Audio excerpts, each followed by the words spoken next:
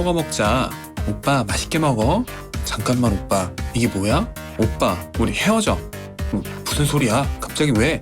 어떻게 내 앞에서 펩시를 마실 수 있어? 난 펩시충이랑은 절대 못 만나. 헤어져. 오늘의 VS는 코카콜라 대 펩시입니다. 햄버거, 피자, 치킨과 같은 패스트푸드와의 궁합은 말하기 입 아프고 전 세계적으로 마치 물과 같은 취급을 받는 음료수가 있습니다. 바로 콜라죠. 물론 제 주변만 그런 걸 수도 있지만 신기하게도 코카콜라에 대해 물으면 역시 콜라는 킹카 콜라지, 근본이 흘러넘친다고 라는 의견이 대다수지만 펩시에 대해 물으면 펩시 누가 먹음? 그거 그냥 검은 물에 설탕 탄 거잖아 와 같이 펩시에 대해선 부정적으로 이야기하곤 합니다. 즉 사람들은 코카콜라에 대해 압도적인 호감도를 보이고 있다는 것이죠. 그래서 궁금해졌습니다. 어디서부터 잘못된 걸까? 펩시는 여전히 코카콜라에 처발리고 있는 것일까? 단 한 번도 역전이란 걸 하진 못한 걸까? 100여 년에 걸친 치열한 콜라 전쟁, 지금부터 시작하겠습니다. 코카콜라는 1886년 미국 애틀랜타주 약사 존 펜버턴의 손에서 태어났습니다. 그는 자신이 운영하는 약국에서 한 잔에 5센트라는 비교적 부담없이 마실 수 있는 가격으로 코카콜라를 판매했습니다. 당시 이 지역에서는 금주법이 통과된 직후였기에 자극적인 맛을 갈구하던 사람들의 입맛을 사로잡을 수 있는 적절한 타이밍에 콜라는 사람들에게 모습을 드러냈습니다. 이처럼 달콤한 검은물의 가치를 알아본 약재상 에이서 캔들러는 펜버턴으로부터 코카콜라에 대한 권리를 구매했고 이후 코카콜라 컴퍼니를 설립해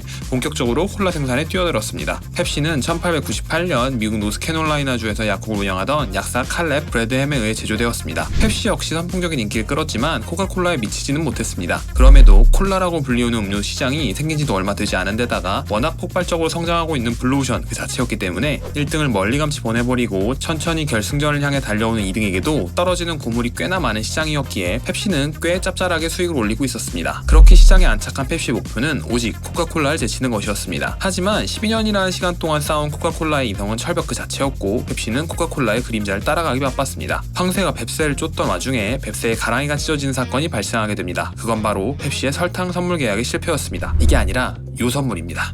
선물에 대해 간단하게 설명하자면 선매 후물의 줄임말입니다. 선매, 먼저 거래하고 후물, 나중에 물건을 받는다는 뜻입니다. 펩시는 콜라의 중요한 원료 중 하나인 설탕의 가격이 계속 오르자 차라리 지금 현재 시점에 구매하는 게 이득이라는 판단을 내렸습니다. 어차피 비싸질 거 차라리 지금 사놓는 게 더 싸다는 거죠. 하지만 예상과는 달리 설탕의 값은 마치 떡락하는 비트코인, 하락장에 탑승한 개미질의 주식처럼 끝없이 폭락하면서 펩시는 엄청난 손해를 보게 됩니다. 이러한 재정적 타격으로 인해 도산위기에 처한 펩시는 1922년, 1931년 두 차례에 걸쳐 코카콜라에게 매각을 제안했습니다. 하지만 그로기 상태에 있는 적에게 손을 내밀어줄 천사가 있을까요? 코카콜라는 펩시가 스스로 자멸할 거라고 판단했고 펩시의 제안을 연거푸 거절했습니다. 세상에서 가장 무서운 사람이 누군가요? 바로 잃을 게 없는 사람입니다. 어차피 이대로 있으면 회사가 문을 닫게 될 것이 눈에 보이듯 선명했던 펩시는 어떻게든 회사를 살리기 위해 소비자가 가장 민감해하는 가격을 건드렸습니다. 펩시는 12온스의 펩시콜라를 6온스짜리 코카콜라와 같은 5센트에 판매하기로 결정했습니다. 쉽게 말해 반값으로 퍼줬다 이거예요. 그야말로 가성비, 킹성비, 갓성비 전략을 들고 나온 것이죠. 그들의 눈물겨운 폭탄 세일은 소비자들의 주목을 끌기 충분했고 펩시콜라는 바닥을 기던 점유율을 단숨에 14%로 끌어올리며 11배의 순수익을 올렸고 코카콜라와의 점유율 차이를 5배에서 3배로 줄였습니다. 그렇게 절벽에서 간신히 기어 올라온 펩시를 바라보던 코카콜라의 마인드는 무념무상,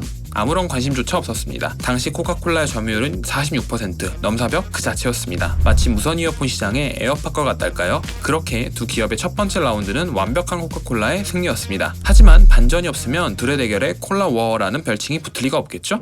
올림픽과 같이 큰 스포츠 대회에서 가장 불행한 사람은 누굴까요? 바로 은메달을 딴 선수입니다. 물론 특이하게 2등이 주목을 받는 경우도 존재하지만 어떠한 분야건 1등만을 기억하는 더러운 세상인 건 분명하기에 바로 눈앞에 있는 금메달을 놓친 선수들의 만족도가 가장 떨어진다고 합니다. 파산이라는 절체절명의 상황에서 2등의 자리를 되찾은 펩시지만 그들은 여전히 만족하지 못했습니다. 펩시는 끊임없이 코카콜라를 건드리며 자극했습니다. 코카콜라는 펩시를 라이벌로 취급하지 않았지만 원래 어그로라는 건 정상에 있는 이들이 아닌 그들을 끌어내리고 그 자리를 차지하려는 사람들이 쓰는 방식이니까요. 그렇게 수많은 잽을 날리던 펩시는 드디어 제대로 된 펀치 한 방을 날리게 됩니다. 그건 바로 1973년에 펩시가 시도한 광고 펩시 챌린지입니다. 펩시는 소위 코카콜라 신봉자들을 모아놓고 눈을 가린 뒤 코카콜라와 펩시를 맛보고 어떤 콜라가 더 맛있는지를 묻는 실험을 진행했습니다. 실험 결과는 꽤나 충격적이었는데 무려 52%가 펩시가 더 맛있다고 대답했습니다. 이러한 실험 결과를 TV에 고스란히 내보냈고 반응은 엄청났습니다. 이 광고가 방송된 이후 두 기업 간의 경쟁이 시작된 이래 최초로 시장 점유율이 1.5대 1로 줄어들게 되었습니다. 5배에서 3배,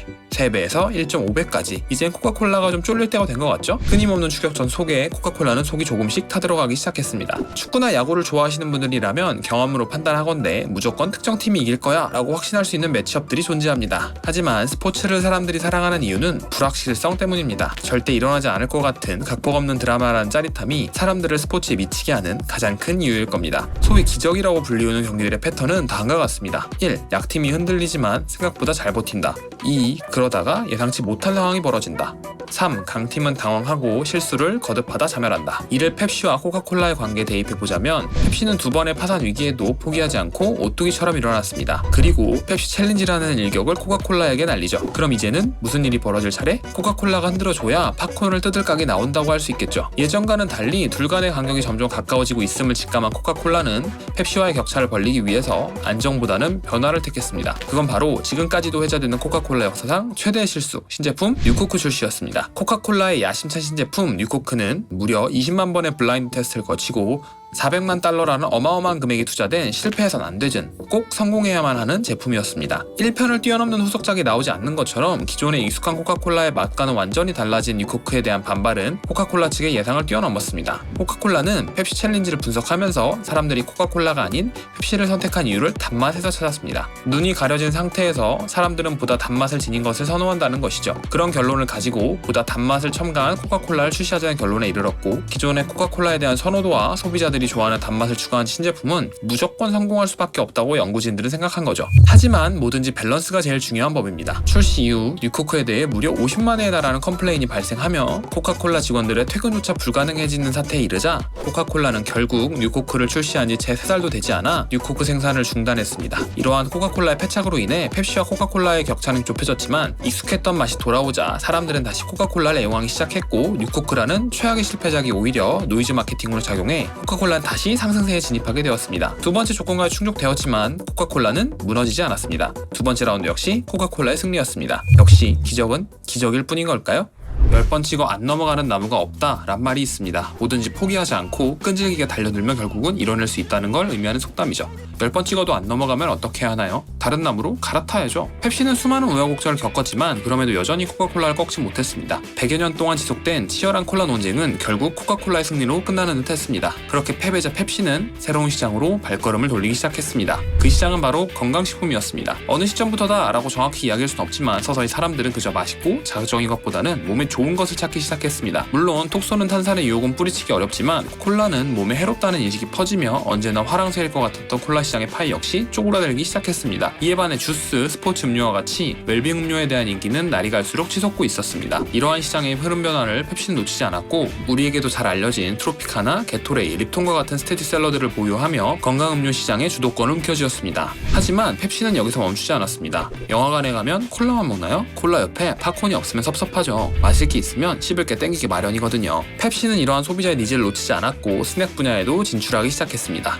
건강에 관심 있는데 과자를 먹는다고? 우리 좀 더 솔직해져 봅시다. 살은 빼고 싶지만 김말이를 먹고 싶다면 곤약 김말이를 먹으면 됩니다. 핫도그는 먹고 싶은데 칼로리가 부담된다면 닭가슴살 핫도그를 먹으며 스스로를 위안합니다. 탄산이 먹고 싶지만 다이어트를 하고 있다면 뭘 고민하죠? 코카콜라, 펩시제로를 마시면 되는데. 이처럼 사람들은 보다 죄책감 없는 건강식품을 원합니다. 이렇게 맛은 비슷하지만 칼로리는 적은 식품들에 대한 수요가 증가하는 상황에서 과자 또한 포기할 수 없기에 보다 건강한 과자의 수요를 캐치한 펩시가 건강한 스낵으로 사람들의 마음을 사로잡겠다는 생각을 하게 된 것이죠. 펩시는 프리토레이, 퀘이커 오츠와 같은 기업들을 인수하며 레이, 도리토스, 치토스, 퀘이커 같이 통밀, 오트밀로 만든 웰빙 스낵을 중심으로 하여 스낵 시장에 뛰어들었습니다. 이와 동시에 보다 건강하고 맛있는 음료, 스낵에 대한 투자와 홍보를 아끼지 않으며 펩시가 만든 음료수와 과자는 건강하면서도 맛있다라는 이미지가 형성되기 시작했고, 마침내 웰빙 수익으로 벌어들이는 수익이 콜라로 벌어들이는 수익을 역전하게 되었습니다. 이러한 건강 음료와 스낵 시장에서의 약진을 바탕으로 펩시는 끝없이 성장했고 2004년에 이르러 마침내 펩시가 꿈꿔왔지만 단 한 번도 이뤄내지 못했던 코카콜라를 제쳐내는 데 성공합니다. 역설적이게도 펩시는 코카콜라와의 전쟁에서 패배했기 때문에 승리할 수 있었습니다. 만약 펩시가 코카콜라를 꺾고 콜라라는 좁은 시장의 1인자가 되었다면 건강 음료와 스낵이라는 또 다른 시장을 향해 눈길을 주지 않았을 것이기 때문이죠. 이겨도 이긴 게 아니고 저도 진 게 아닌 참 아이러니한 상황이죠. 그럼에도 불구하고 3라운드는 마침내 펩시의 승리!